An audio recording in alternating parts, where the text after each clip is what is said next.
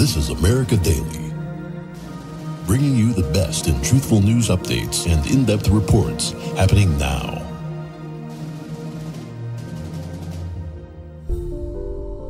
I think what the 1619 Project and the Pulitzer Center are trying to do is to change the way that people think, what do we owe one another? What do we as white people today owe black people from today? And so the sentiments that they're trying to change, again, are I think, really vicious. They're trying to create a racial division in our country that is not going to lead toward a noble goal. It can only lead to greater enmity.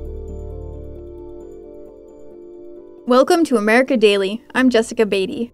The 1619 Project, launched by the New York Times in August, aims to, quote, reframe the country's history, understanding 1619 as our true founding, and placing the consequences of slavery and the contributions of Black Americans at the very center of the story we tell ourselves about who we are. The project has met with some backlash. On today's episode, we discuss why many are questioning this project and whether there is a better way to address America's history of slavery. Here's Timothy Gebhart with more. Today we're going to be talking about the 1619 Project with Clifford Humphrey, a PhD candidate in politics at Hillsdale College. So you wrote an article about the New York Times' own campaign, the 1619 Project. They described this as a major initiative, in their own words, using the 400th anniversary of the beginning of American slavery. So this is when the first slave ship arrived in the what would be United States, or I think it was the Virginia colonies. This was a campaign put forward, again, by the New York Times, and you wrote extensively about this in an article. So what are they trying to achieve with this, and what is the major initiative? Well, I think we should be suspect. Well, thanks for having me on your podcast. Let me say I'm grateful to be here. I think we should be suspicious of the project right from the start. The idea that we should understand 1619 as the beginning of slavery in North America is not really honest. Slavery had existed since the 1500s in Spanish colonies in America. So right away, I think we should see that they're up to something here. And it's actually, it doesn't do the honest history of looking at slavery any justice to say it starts in 1619. What they're trying to do is say this is an American problem, and so they don't look at all at what happened, how slavery existed in the Spanish colonies. But I think if we're trying to look at slavery honestly, I think we need to consider it in its larger context. But obviously, they're interested in trying to make, I think, a cultural shift in 2019 America, and they're doing that by looking at trying to rewrite the founding narrative of our country. So there's reasons to be suspect, I believe, of this whole project.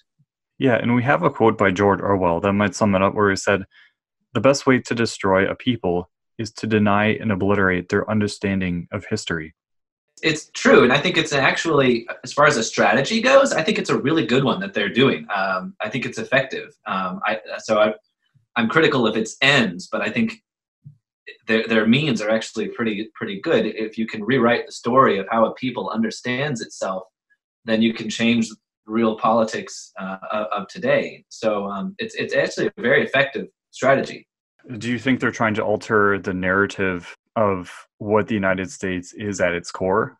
Right. Yeah, and I say that, I think, at the beginning of my my article. I point out that the author who wrote the flagship essay, Nikole Hannah-Jones, if you go to her Twitter background, even still, I just checked, it's still a picture of the date of July 4th, 1776, crossed out and replaced with August 20, 1619. And so what I think she's trying to do is help us change she doesn't want us to revere the 1776 founding. And there's an odd line in her essay, the main sentence that they pull out in the title. It says, "Our democracy's founding ideals were false when they were written. Black Americans have fought to make them true." There's all kinds of problems with that. I mean, ideals are not things that are true or false to begin with. And actually, the founding fathers didn't express their beliefs in terms of ideals. They expressed them in terms of self-evident truths. So, a more honest sentence would be their stated beliefs, they didn't live up to them honestly. But she doesn't say that because they knew that, and they said that everywhere. And Thomas Jefferson is kind of the he gets most of the brunt of all this because he didn't even free his own slaves at his death, and we all know that he has children that progeny from his slaves. So he's sort of an easy one to point at, and he's the one who authored primarily, at least, the Declaration of Independence. So I think what the main goal is to change what in our founding do we revere, because it's really important for a people. When they look back, there has to be a sense of we exist here justly, and so when our founding, our country is based on something that we can be proud of, and everybody has to take a look honestly at that founding narrative or whatever it is, and I think look at it and say, is there something that's true there or not? I think what she ought to have said is that the founding fathers didn't live up to their own standards, but again, they knew that, they recognized that. Thomas Jefferson famously, in his Notes on the State of Virginia, one of the main book the only book he ever really wrote, he talks about how horrible slavery is, and he talks about how it's bad for children. He says when they see their parents treat slaves like tyrants, it teaches them how to be tyrants. And so he says this is going to unravel our Republican form of government, our regime. So he sees how bad it is, and he says later on that he knows that God cannot be on our side on this. He knows it's unjust, not just in human terms, but even in divine terms. So that's why she doesn't say it like that. So I think there's, again, another reason to see that there's an agenda here. I think the author is more intelligent than this. She knows what she's doing. She's not naive. I think she's very clever. Yeah, the New York Times, we all know, is very progressive. It is pushing a more socialist narrative with many of their articles. Even in the 1619 Project, one of the articles in there felt a little misplaced. It was by Matthew Desmond. He has taken some criticism for his content, but I'll just read the title. In order to understand the brutality of American capitalism, you have to start on the plantation. And this gets into the way the plantation system created modern corporate and capitalist structure. You know, how the plantations were run to maximize profits and output, like Henry Ford later perfected in his auto industry. You're right. We can see there's more evidence in the whole project that they're not strictly after trying to get an accurate understanding of how slavery existed in early American history. There is an agenda, and it has to do with intersectionality, and so they're trying to connect the plight of slaves with oppressed people everywhere and all forms of oppression. And so it's going to lead into race, class, and gender, the sort of holy trinity of American progressivism. But they try to tie it all in to say, oh, well, no, you can see all this in its early form in slavery. A colleague of mine named Nathan Pinkowski just wrote an article in the Washington Examiner called American Socialism is the Worst, in which he distinguishes sort of European traditional style socialism with what we see today in America, where a lot of people are saying, oh, we want to have a sort of Norwegian style socialism with the state, and they try and make it seem as though this is the old school socialism and we're just going to do it better this time. But it's actually extremely different. It's very new, and it's based on an understanding of equality that assumes this narrative of oppression along race, class, and gender. Justice for equality requires that we change the structure, the system of the whole political regime to lift up these oppressed groups, and so you're going to see that in every form with the progressive left right now, trying to tie all of these oppressed groups together. And it reveals the cracks are evident when you see especially the transgender movement conflicting with the feminist movement, and anyone who tries to say, hey, this is actually bad for the feminist movement, they get completely shut down by the left. And to your point about that article, that essay on capitalism, they're trying again to tie that in with the plight of Black slaves in early American history and say that we see that today. Therefore, people who are oppressed by the capitalist system today, that's a result of slavery in its early form in early American history, and it's still here. But I don't think that the facts bear that out at all. Yeah, and on the surface, I mean, when people read this, when I read it, the 1619 Project, there was a lot in there that really did show some of the atrocities that happened in the United States. Nikole Hannah-Jones, she documented it very well. All the institutions, in the South, slavery, and a lot of what they went through. On a basic human level, I was, very touched by it. And it was like, oh, she's trying to expose all these things that, were a part of our history. Maybe they do need to be, exposed more than they are, so we can kind of get past it. One thing, though, and we often see this from the progressive standpoint, is where is the solution? And I think this might go back into trying to find a motive here, because in the progressive left, if you kind of dig further into, the socialist movement, which is attached to the Marxist belief, they really do not offer solutions. And, you look in the Soviet Union or anything where socialism has been implemented, they steer away from any kind of solution, and they want that constant struggle. So do you think this is kind of a manifest of that, where they're using kind of this altruistic language to push something, or do you think there's a solution here? Well, you said that Nikole Hannah-Jones does a good job recording and narrating and explaining on a human level a lot of these atrocities, but you ended by saying, so that we can get past it. And I don't think that's the goal, as you just ended with. I think the goal is to lead to an understanding of struggle that is similar to sort of the Marxist understanding of, if we can rewrite history as the story of continual struggle between the proletariat and the bourgeoisie, then that gives us a mission for today.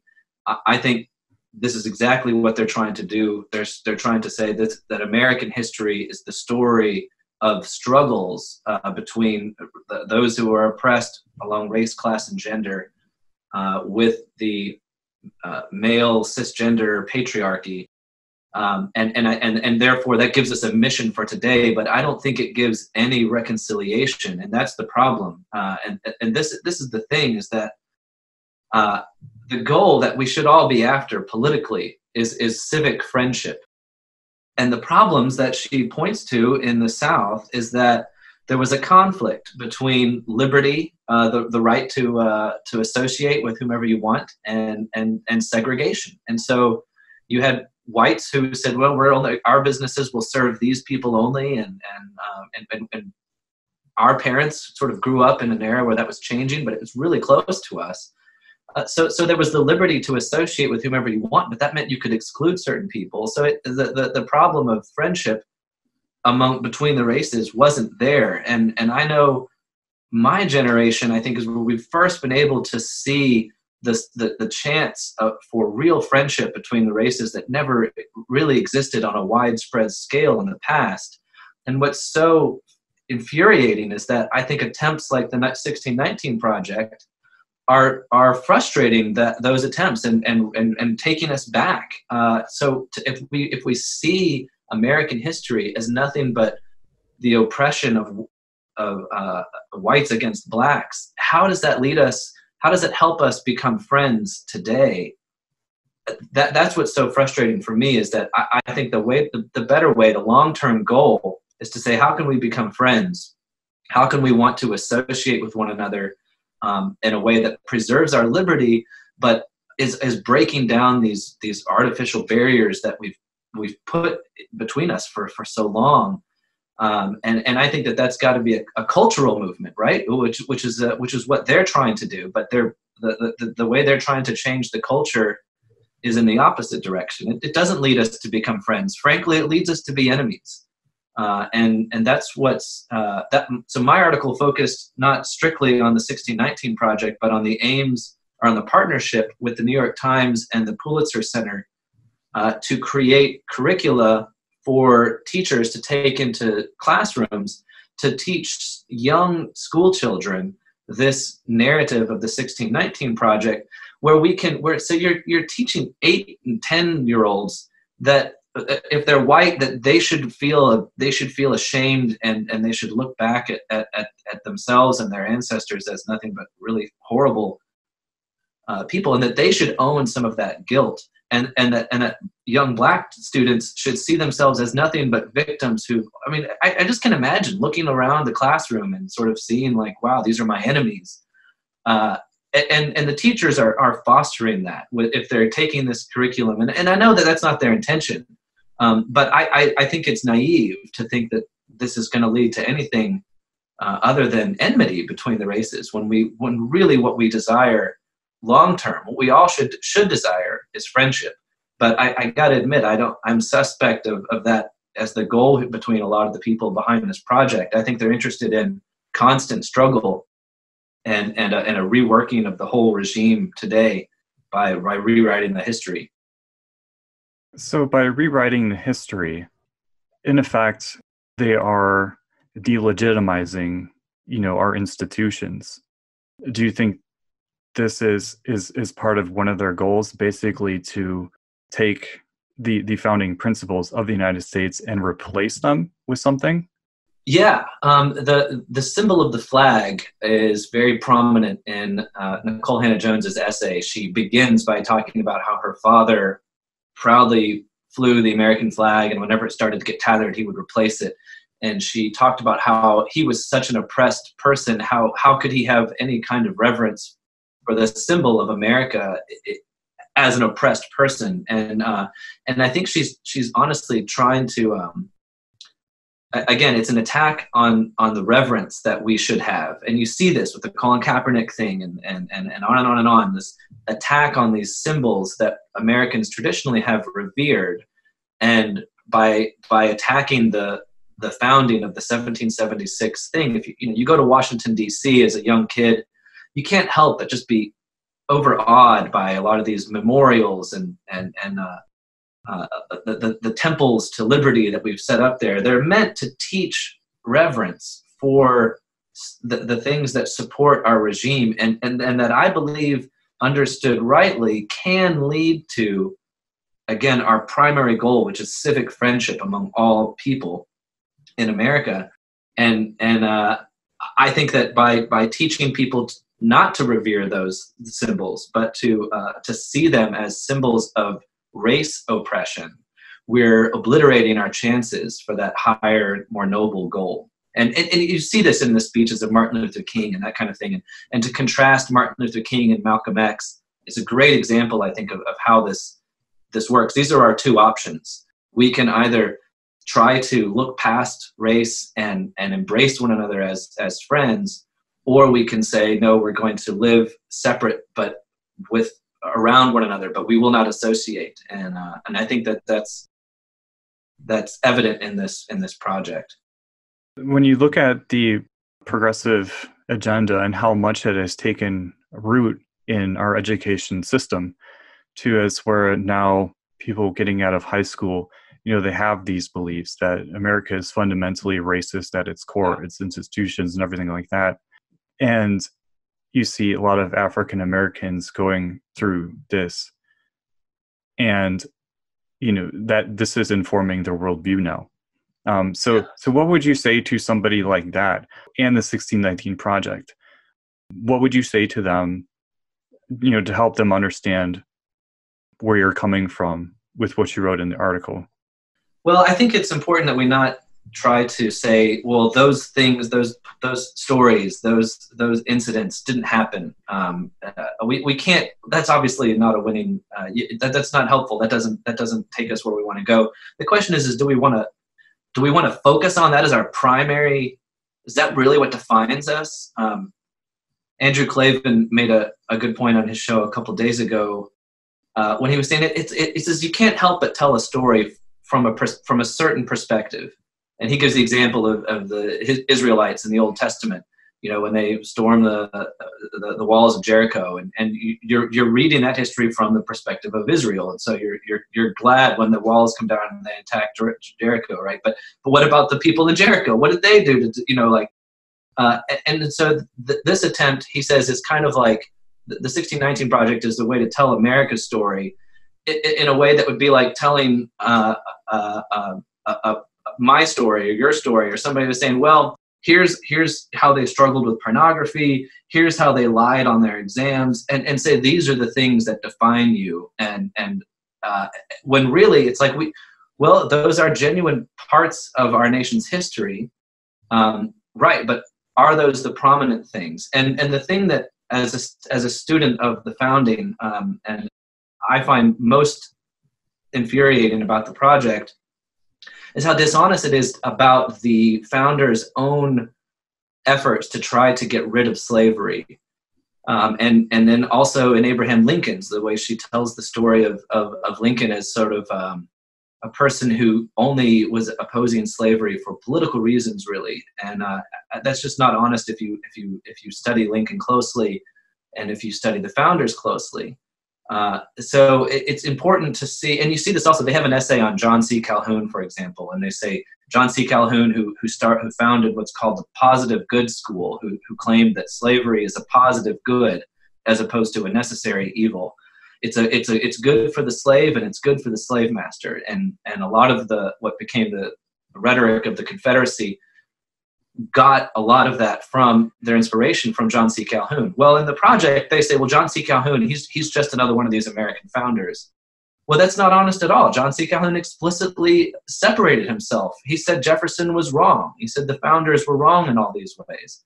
And so you have to see, I think, a more honest look at the founding will lead you to see that we should see America as a tragedy, that where we started out with these great assertions of belief and things. And I end my article with this quotation from Lincoln in his speech in response to the Dred Scott case, where he says that when the founders asserted what they did in the Declaration of Independence, he says they knew that they couldn't realize those things in their own day. He says they set up a standard maxim for free society, which should be familiar to all and revered by all. And just to point out, that's critical. It has to be known by everyone and it has to be revered by everyone. And if that happens, and if it's constantly looked to, and this is, I'm quoting Lincoln, constantly labored for, and though never perfectly attained, if it's constantly approximated and thereby constantly spreading and deepening its influence, it will be augmenting the happiness and value of life to all people of all colors everywhere. And that's what we're losing by what we're seeing in this major effort by the left to rewrite the narrative and to highlight these certain things, which make it very hard for us to revere the standard maxim, make it very hard to look to it, to labor for it. So that's what I would say is what's wrong with their goal. But I think it is important to say, yes, those things happened, and we should weep over those. That's a tragedy. It's tragic what's happened in American history. But that doesn't discredit the efforts of the people at the founding. Yeah, and when we talk about this project, I think you give some insightful takes on it. You look back on a quote by John Adams to sum it up. Do you want to repeat that? So in 1818, long after the Revolutionary War, John Adams asked a friend in a letter, he says, what do we mean by the American Revolution? And he says, do we really mean just the American War? And he points out that the revolution was effected way before the war began. And he says it began in the minds and the hearts of the people. And I think this quotation is critical for understanding the aims of the 1619 Project. Adams goes on, he says, a change in the religious sentiments of their duties and obligations, and this radical change in the principles, opinions, sentiments, and affection of the people was the real American Revolution. And I think this is really, this lays out a strategy. If you want to accomplish any revolution, long-term change in people, you have to start with their minds and hearts. And you do that by affecting their sentiments in regard to justice. And what he's talking about is, what did we owe the king and what did we owe Parliament? And the American colonists began to complain about their rights as British subjects. And they said, we as British subjects deserve to be treated equally with people in England. And as that changed, and as that didn't affect what they wanted, and as certain leaders rose up and started quoting John Locke and that kind of thing more often, people started realizing that they had rights that transcended the British government and that were actually natural rights given to them by God and nature. And so that changed what they viewed that they owed to the king and parliament.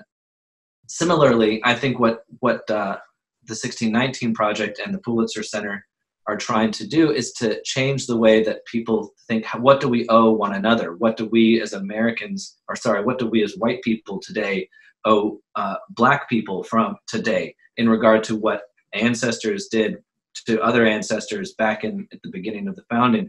And so the sentiments that they're trying to change, again, are I think, really vicious. They're trying to create outrage towards a racial division in our country that is not going to lead toward a noble goal. It can only lead to greater enmity. So as far as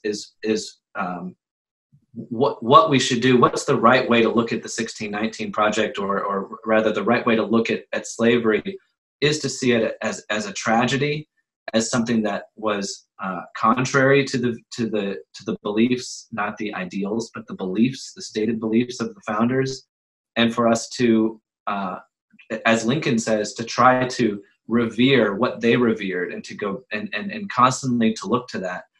And our sentiments should be that we owe one another as citizens recognition of equal natural rights, and not this understanding of unequal treatment for identity groups, and to see one another as various members, not of a common political community, but of racial groups and identity groups that are all in a hierarchy of oppression. And the ones on the top should be given greater privilege or greater pity. And that's not a winning strategy, I think, for moving forward. Yeah, so the 1619 Project, I mean, one thing we might want to attribute some successes to having conversations like these, because without it, maybe, we couldn't have, this type of conversation to discuss, a solution forward, or, to discuss it more in depth, because, it's such a touchy subject to get into. So anyways, well, thank you for joining us, and really glad you were able to hop on. Yeah, thank you for having me. And I agree with you. I think that it's good for us to be able to renew our commitments to, I think, our founding beliefs. And as far as the goals of the 1619 Project, I don't have to judge the intentions of the people who've done it. I can just say, well, let's use this as an opportunity. And as far as the backlash that they've received, I think that shows that people still do revere the founding in a way, and that's good, I think. And I think that we should continue to revere the founding, because it is the one thing that can condemn slavery greater than anything else. And if we lose reverence for that, we lose the very basis to condemn that which we can all agree is an evil blight on our founding narrative.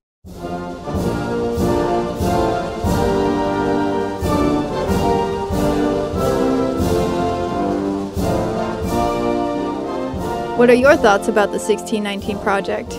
Did today's discussion change your views? You can let us know what you think at our America Daily Facebook page at AD Top Story of the Day. Once again, I'm Jessica Beatty. Thanks for listening to America Daily. Until next time.